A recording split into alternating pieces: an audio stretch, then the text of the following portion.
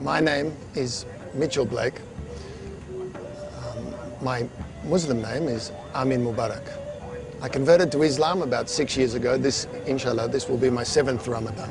I would like to say that I would like my face to be shown in this interview because it's very important that people are able to look at the eyes of the person and be able to understand and inshallah, some nur will be shown in the face, and that people can understand there really has been some changes. I'm in prison for trying to carry drugs through Don Mueang Airport, which was in 1993 or 2536. I've been here for 17 years. This will be my 18th year. My life before Islam was very unhappy. I was the sort of person that was always trying to fulfill an emptiness in myself, and of course that cannot be filled no matter whether you purchase more possessions or whatever you try to do. The emptiness will not be filled. And so basically my life was very empty before Islam. Why I converted to Islam? I was in a situation where I had decided to die. I had decided that I could no longer continue to live the way that I was living. It was an empty existence. It was of no value. I was of no value to anybody or myself, and had decided quite simply that it was the end. And I decided to achieve this by going on a hunger strike until I passed away. I was determined to not only die, but to make a spectacle of myself. I wanted to destroy everything about myself. And a strange thing happened on that hunger strike. Someone had given me a copy of the Holy Quran, and I started to read it. And I'm afraid that after I read it, it was simply impossible for me to kill myself, and I'd found a way, inshallah, that I could live. And so after a full calendar month, 31 days of not eating, I decided to recite the Kalma Shahada to become a Muslim. And since then, everything has improved dramatically. Well, the first person I told was my mother, and her reaction was priceless. She said, first you're a drug dealer, then you come to prison, you're a criminal, now you want to be a terrorist? Astaghfirullah. And she didn't talk to me for a very long time after that. She was cranky. You know, when will I stop making my life more complex? When will I get the picture? But this is important because in our religion there is a verse in the Holy Quran where it says, I'm not allowed to say so much as to my mother. I have followed that since day one. And you know, it fixed everything. Just following that one verse, I have not mistreated in thought, in word, in letter, my mother ever, alhamdulillah, since I read that verse. The power of that alone, you can't have a one-sided fight. You can't have a one-sided argument. My mother fought and fought and fought against this. And then one day, she got on a plane, she flew here to Thailand, and she looked at me. And she said, you're happy? I said, yes, I'm happy. She said, you haven't been happy since you were 3 years old. I was a happy child when I was 3. I was very good. Everything went bad after that. But I was a happy child. And she said, your face looks like you're 3. Your face looks like the joy that you had inside yourself when you were a little boy. I said, it's the same. And since that time, now when my mother writes to me, she says, are you performing your prayers? If I don't pray when I get home, I will be in trouble from my own mother. My job is to tell her about our religion and to be the example of our religion in my family. And inshallah, by that path, who knows? Whether someone becomes a Muslim or not is up to Allah subhanahu wa ta'ala, not up to us. Our job is to tell them what it's like. And I hope to be able to do that. It's very simple. Nabi Isa, Jesus was there. Nabi Musa, Moses was there. Every person that appears in the Bible was there. But now suddenly everything made sense because Jesus was not the Son of God, he was a man, he was a prophet of Allah. And that made sense to me. But suddenly I'm reading the Quran, this makes sense. This is how it should be, this is the truth. I guess, and that's the only way I can describe it. You know when you read the truth. And it just hit me. This is correct.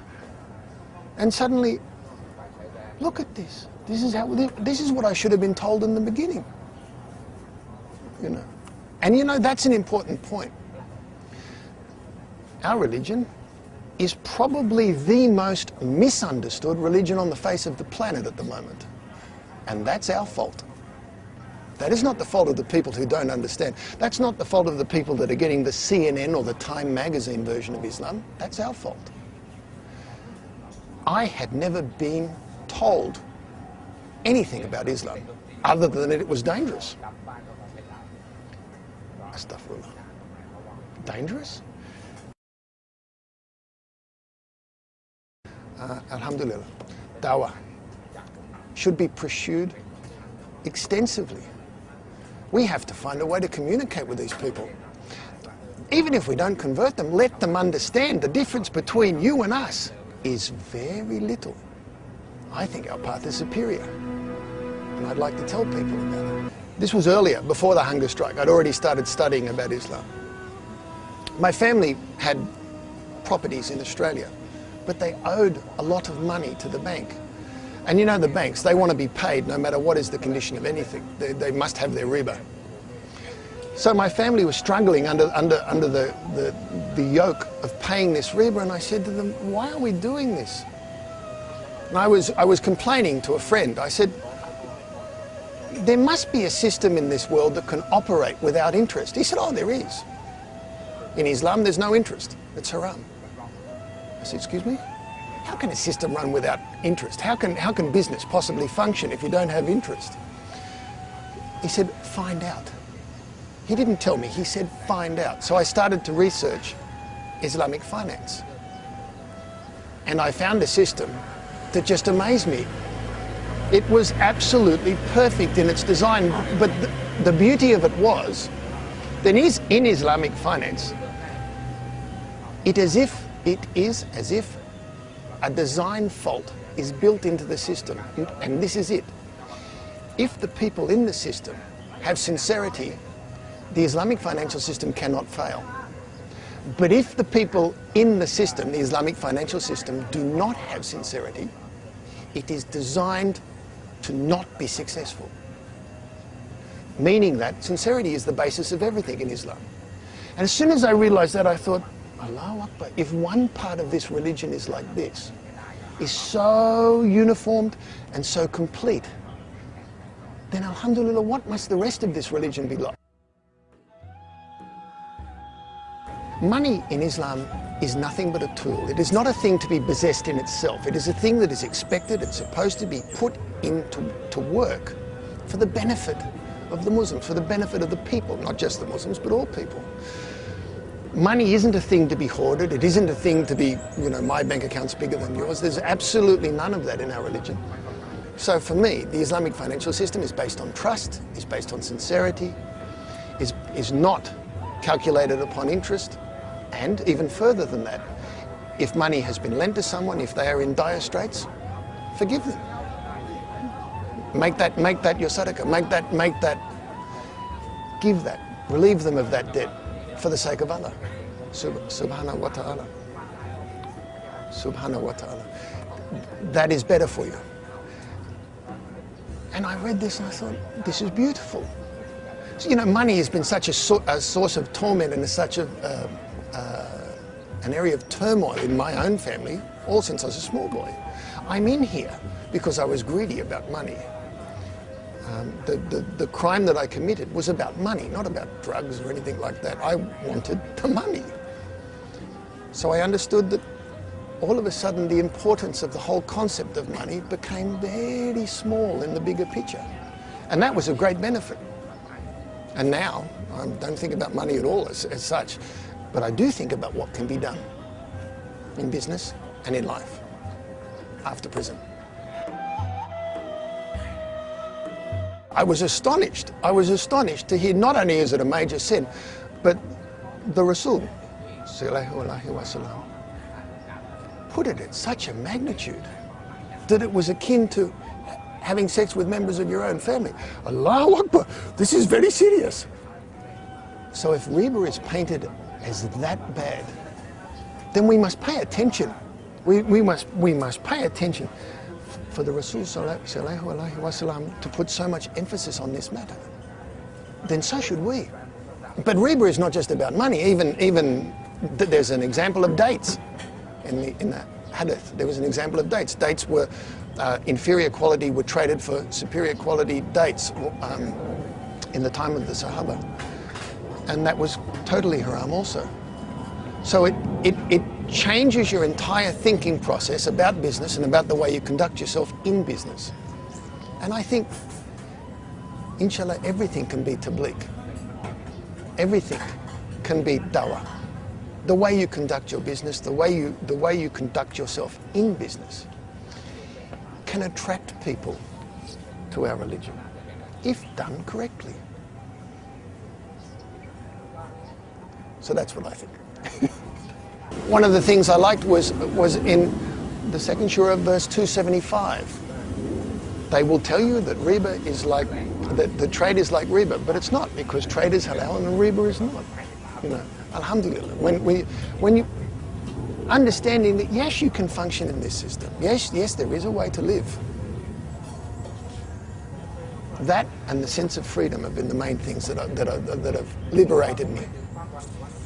And it is a sense of liberation that I'm talking about. It's a sense of being able to breathe, probably for the first time.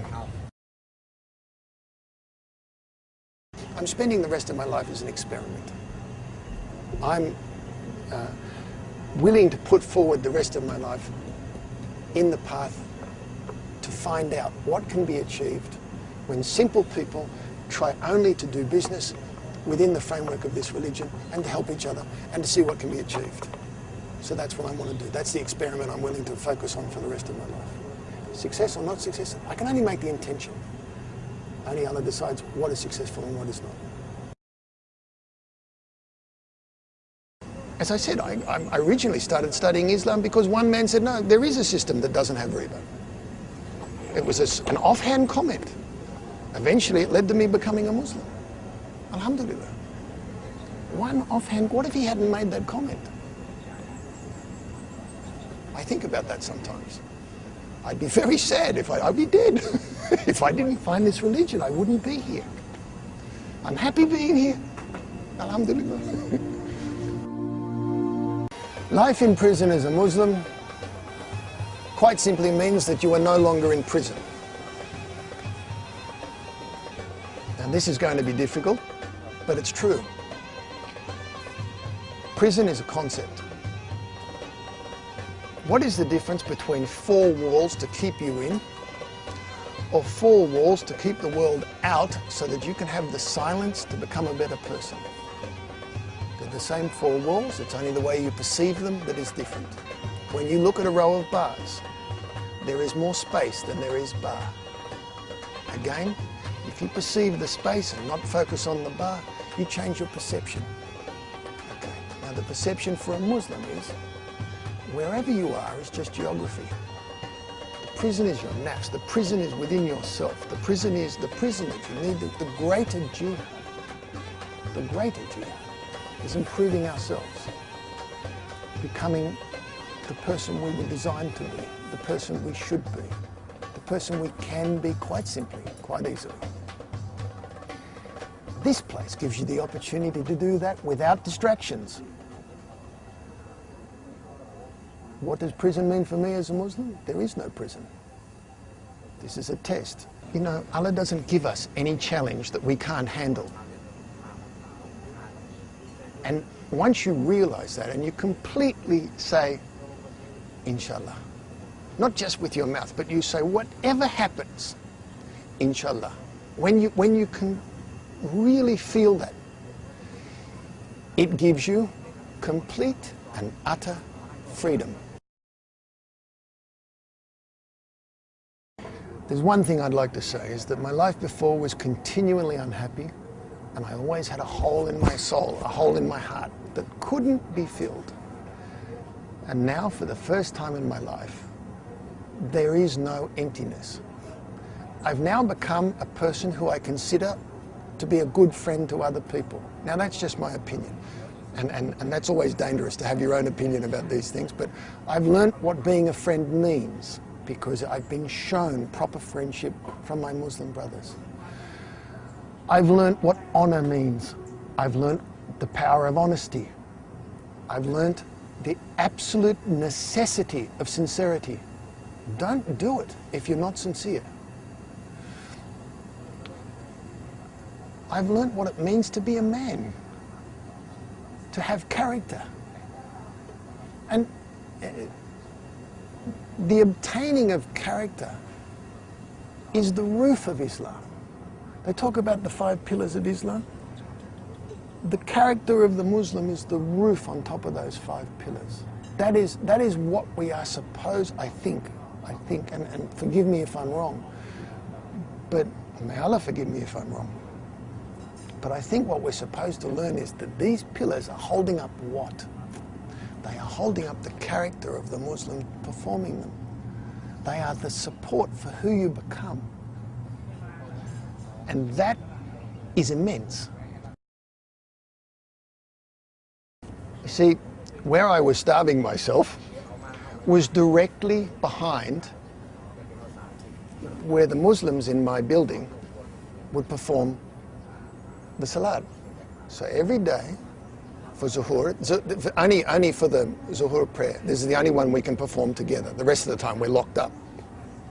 So I was in this room, and all these men are coming here, and they're praying, and then after salat they would all come and sit with me and quite simply say, you don't have the right to do this. What you are doing, we understand, but you do not have the right to do this. And one man in particular, who I adore with all of my heart, Mr. Habibullah, he's from Pakistan. He used to come to me every day and bring something to eat. It didn't matter that I wouldn't eat it, he needed to bring it. You cannot do this. He couldn't even speak English, but he would say every day, cannot. And I would ignore him and ignore him and ignore him. On the last day, when I decided to become a Muslim, this man came and put his arms around me and hugged me. And he said to me, now you are the same as my family. Alhamdulillah. And something inside me, bang! My connection to that man was cemented for the rest of my life. And the one thing I didn't know, and the thing that's been the greatest shock of Islam, is the brotherhood. In all of the things that they were telling me about these brothers when they would sit down with me when I was on that hunger strike, nobody talked about the feeling of the brotherhood. And yet it's one of the most profound aspects of our religion. We are all connected. Brothers and our sisters, we are all connected. And that bond transcends race, transcends language, transcends prison. It transcends all other bonds, transcends family. The bond of brotherhood in Islam should be promoted. I mean, I don't know how else to say it. We should talk about this. This is a huge benefit. There's a lot of lonely people in this world. You're not lonely in here. You're not lonely as part of this religion. If you are, you're not following it properly. I'm sorry, it's that simple. I can't envisage, I can't imagine a lonely Muslim. Doesn't work. Doesn't work. Alhamdulillah. If someone had have told me about the benefit of this religion a lot earlier, I probably would have ignored them actually, because I was terribly ignorant, but I would like to have been told anyway, whether I ignored them or not. So dawah, spreading the word, it's very important. I don't think we do it enough. I've never been visited by a Muslim person, except you. No one's ever, and word does get out because we are a brotherhood. People do know. They do know we're here in this prison, but they don't come to visit. My visit day is Thursday. Mitchell Blake, Building 5. Come and say hello. I may do it to please Allah give me the time to do some things from the intentions that I now have. Give me the opportunity to do some of the things that I'd like to do in the path of Allah, that I'd like to do for my fellow Muslims, that I'd like to do to rebalance the scales by which I will eventually be judged. If I was to be judged today, Allahu Akbar, I would be in very big trouble. But inshallah, I pray for the time to redress some of those things, to do some good things, to rebalance the scale. That's all I pray for. Just give me the time. The uncertainty is, will I get that time? I can only pray for it. I can only make the intention and pray. Whether I get the time or not, I could die tonight, inshallah. And if I do, may Allah prevent it from happening, because I really would like the opportunity to do some good things. Inshallah. My intention is, after prison, to develop inexpensive green technology solutions for people in the developing nations. Even the wind is a gift from Allah. Allah has given us everything we need. The sun, the wind, the things that grow. Are they being utilized as well as they could be? Rather than just doing irrigation the way we do now, drip feed systems that are very, very economical with the water, all of these kinds of things. His Majesty the King of Thailand is an inspiration to me. I watch everything I can that His Majesty has invented, because he's a genius. And he loves the people of Thailand, and his entire life has been spent for their benefit. These things don't have to just benefit Thai people. I'm borrowing his ideas for biodiesel and many other things, and inshallah, I'll apply them in other places. Here's one thing that I think is very important. No matter what you have done that is wrong, no matter how you have lived up until today, the miracle of this religion, is that if you sincerely repent today, and this is imperative, change the actions that were wrong, you are welcomed back. We don't hammer the guilt thing here. We don't, in Islam, we don't hammer the feelings of guilt and the concepts of original sin and all of those things. No. Make sincere repentance. Start saying your salat correctly from tomorrow morning, and you will be accepted back in. It is that simple. The power of that is beyond comprehension. How significant that is. I know men in here who have changed their life. Will society give them the opportunity to show that, to demonstrate that, is a completely separate matter. Society is terribly unforgiving of prisoners.